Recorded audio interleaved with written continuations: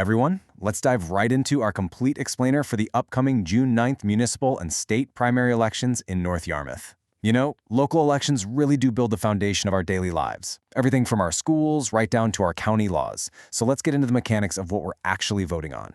To make sure you're fully prepared, we're going to break this down into clear logistical steps, like when and where to vote, before we take a detailed look at exactly what is on your 4 potential ballots. First up, let's get those physical election day logistics out of the way. If you're planning to vote in person, you'll be heading over to the West Costago Hall and Community Center. And just a quick tip for newer residents, the town guide points out it's pronounced West Costago. You'll find it right at 120 Memorial Highway, which serves as the central hub for the entire municipality for this election. Now, the absolute crucial thing to remember here is the timeline. The doors swing open bright and early at 7 a.m., and they close exactly at 8 p.m. on Tuesday, June 9th. So you've got a solid 13-hour window to drop by and cast your vote. But what if you'd rather vote from the comfort of your own home? Let's talk absentee deadlines. Timing is literally everything when it comes to absentee voting. The ballots become available in early May, but here is the key date. You need to request yours by the close of business on Thursday, June 4th.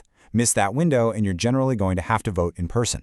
And most importantly, your completed ballot absolutely must be received by the municipal clerk by 8 p.m. on Election Day.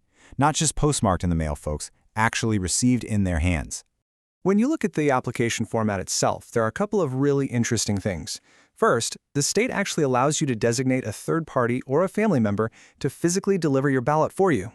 Also, if you're an unenrolled voter, you have to actively select which party's primary track you want to participate in, Democrat or Republican. You don't have to officially join the party, but you do have to pick a lane for this specific primary election.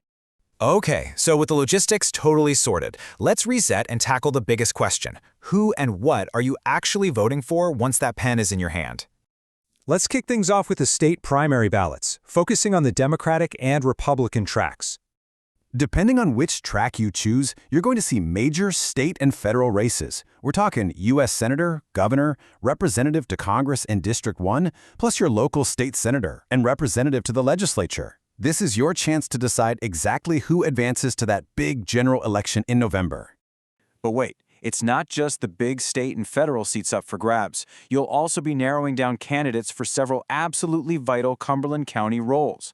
You've got the judge of probate, the county sheriff, the district attorney for District 2, and the county commissioner for District 3. I mean, these are the folks who enforce the laws and manage resources right in our own backyard, so it's super important. Moving right along, let's zoom in even closer and look at the municipal and school ballots. The official municipal warrant gives us a really clear breakdown of the local open seats this year. You'll be voting to fill 2 key seats on the Select Board for 3-year terms and another 2 on the Budget Committee, also for 3 years. Then there's 1 open seat on the Cemetery Commission, which actually carries a longer 5-year term. And finally, 1 crucial 3-year seat for the Board of Directors of Main School Administrative District number 51. On your dedicated municipal ballot, you'll see candidates like Dana Lyndon Rogers and Michael Sweat listed for the Select Board. But check out all that blank space below their names. For every single local office this year, there is a dedicated opportunity for write-in candidates. So if you want to cast a vote for someone whose name isn't printed, you just literally write them right in. And finally, right before you finish up, you'll be handed a very simple yes or no referendum ballot. This one is simply to approve or reject the upcoming school year budget for MSAD 51. It's a really straightforward yes or no choice, but honestly, it's probably one of the most financially impactful votes you're going to cast all day. Quick reminder, if you still need to register to vote, or maybe you just need to update your address, definitely don't wait until the last minute. You can pop into the town clerk's office at 10 Village Square Road. They're open Mondays from 8 a.m. to 6 p.m. and Tuesday through Thursday from 8 a.m. to 5 p.m. Just remember, they are closed on Fridays. Or you can always just head over to the town's information hub online at northyarmouth.org for any last-minute forms. So, armed with all the logistical deadlines and ballot breakdowns, the rest is entirely up to you. Get out there and vote.